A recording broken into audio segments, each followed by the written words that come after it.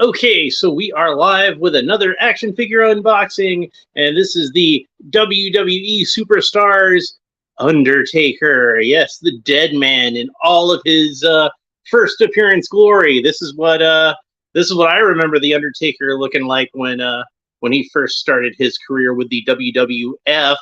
By the way, even though they made the logo in the style of the WWF, it's still supposed to be said WWE, even though it doesn't actually have an E on there. It's just two W's, so it's all very confusing. So here's the artwork on the back with some cross sell, and they did this all in black and white, so it looks really cheap. But that's the intention, that it's supposed to look really cheap, because this is supposed to bring to mind old action figure packages of the 1980s.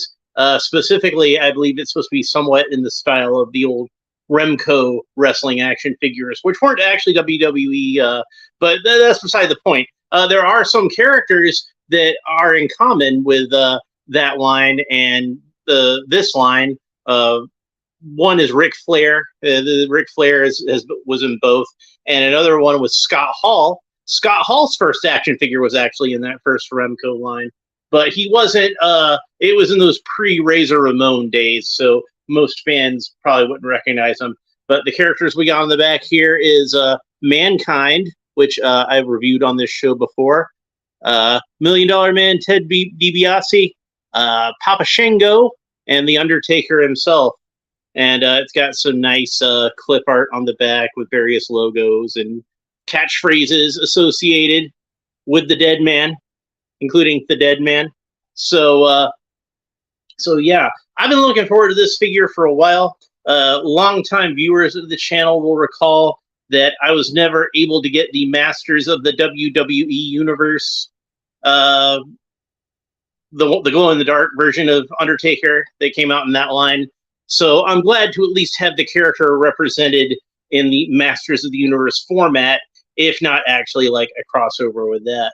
And this is artwork that will combine together with other figures in this wave, and we can see like a little bit of another character over here, can't we? So yeah, let's go ahead and open them up. It says includes fabric entrance duster. That's what it says on the little blurb here at the corner. So let's go ahead and get him open. And he's got a little baggie with some accessories in here, which I believe all this is going to be is extra hands. So I don't think he comes with any other accessories that aren't already on the figure, with the duster and the hat, and I believe a removable cravat as well. But we'll see if there's anything else on there when we get it open. Man, not only do they tape this to the package, then they tape the whole bag together. So I'm just going to cut it. It'll just be easier. And as I suspected, it's extra hands. Let's have a look at those.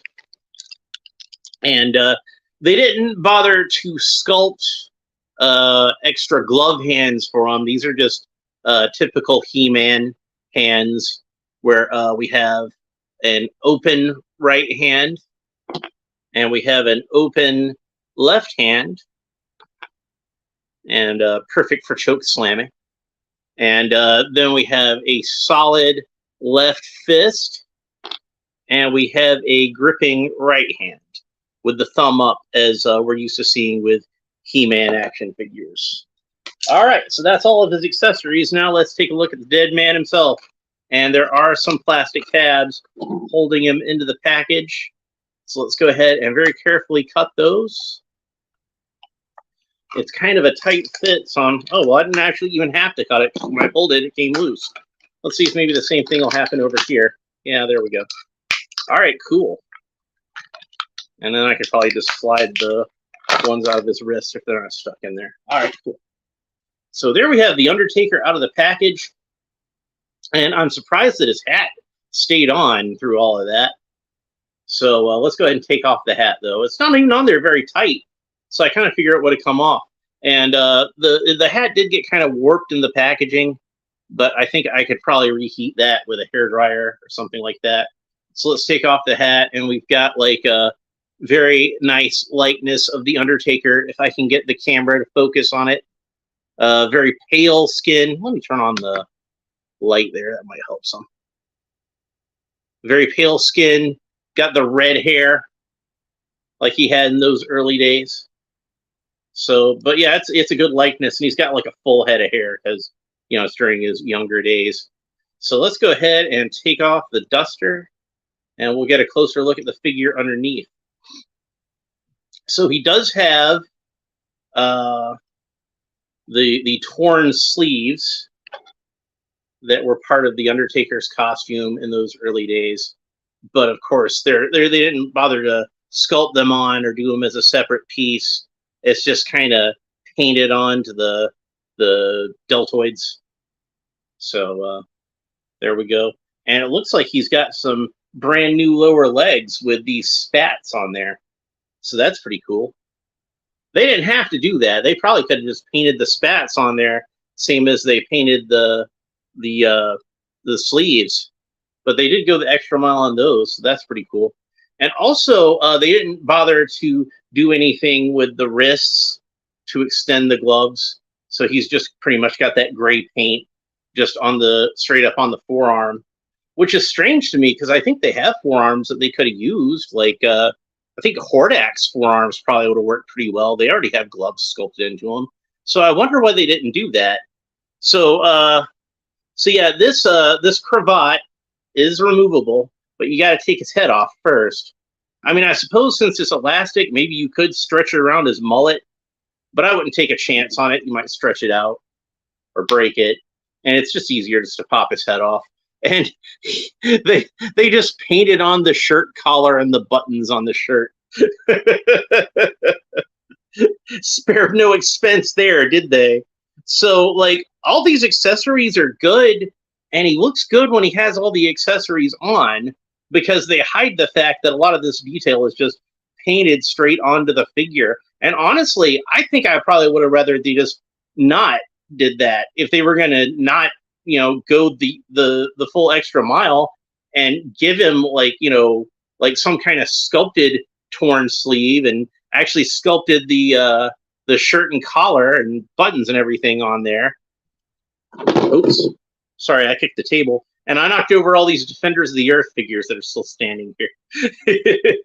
But yeah, I think I'd probably rather they just had him in like a plain black sleeveless T-shirt if they were gonna, kind of skimp out on it. But I guess they had to make up. They felt like they had to make up for, all the money they spent on, the soft good accessories already. But honestly, like, I don't think they even really needed to do that. If you're going to depend on the soft goods to make the figure look good, just depend on the soft goods. Don't even bother with trying to paint on shirt collars and things like that. That's just kind of silly. So I do think that most collectors, most fans, they're probably going to just leave Taker in the full entrance regalia. You know what I'm going to do? I'm going to pop his mullet over his jacket, because I think that's going to look better. I don't remember how they had it in the package.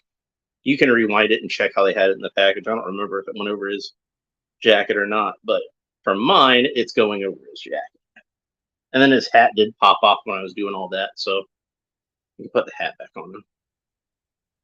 So that's probably how I'm going to keep Taker, with all this stuff on to cover up all the El Cheapo stuff underneath. I think they could have done a better job with that, honestly. But if you just want to leave him with his whole entrance attire on anyway, and like I said, I figure most people are probably going to do that with this figure, it don't look too bad. So do I recommend him? Well, yeah, I recommend him with some caveats, with how they did the just painting on certain details underneath. But it's the Undertaker. He's a classic character in the WWF/WWE, whatever you want to call it. So a lot of people are going to want to have this character.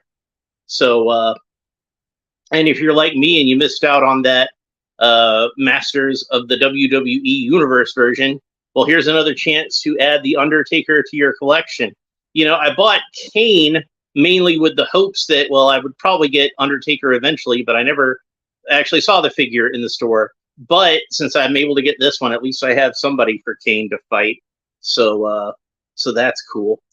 So I am glad that I got this figure, although I do think they could have done a better job with certain aspects of the figure, but he still was worth me picking up, and I'm glad I've got him. So that's pretty much it for this episode. If you enjoyed it, please like and subscribe on all the fun YouTube stuff down below. Leave a comment. Let me know what you think about this figure. If you want to catch these while they're live, make sure you hit the little bell down there, and that'll warn you when I'm going live. I don't necessarily do these, for the purposes of being a live stream with like the chats and whatnot. But if somebody does happen into the chat, I always like interacting with them, so that's fine. So you can if you want to, but don't feel obligated. So that's pretty much it for this episode. We will talk to you next time. Bye.